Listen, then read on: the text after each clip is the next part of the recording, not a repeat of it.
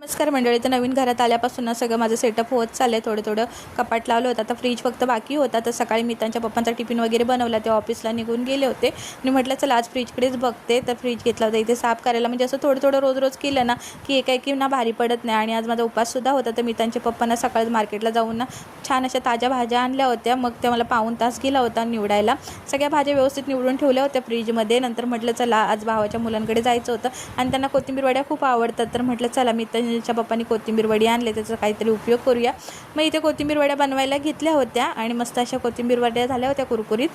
आणि मग नंतर आईचा सारखा फोन येत होता कधी येतेस म्हणून. तर माझा उपाससुद्धा होता. मग पटापट उपासाचा स्वयंपाकसुद्धा बनवून घेतला होता.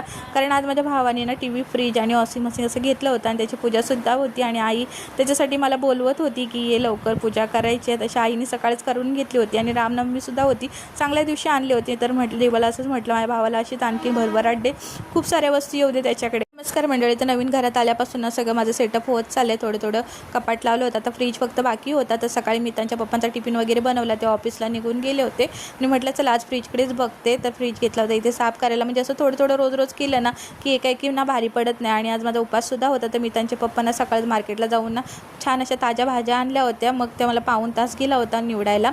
सगळ्या भाज्या व्यवस्थित निवडून ठेवल्या होत्या फ्रीजमध्ये. नंतर म्हटलं चला आज भावाच्या मुलांकडे जायचं होतं आणि त्यांना कोथिंबीर वड्या खूप आवडतात. तर म्हटलं चला मी त्यांच्या पप्पांनी कोथिंबीर वडी आणले, त्याचा काहीतरी उपयोग करूया. मग इथे कोथिंबीर वड्या बनवायला घेतल्या होत्या आणि मस्त अशा कोथिंबीर वड्या झाल्या होत्या कुरकुरीत.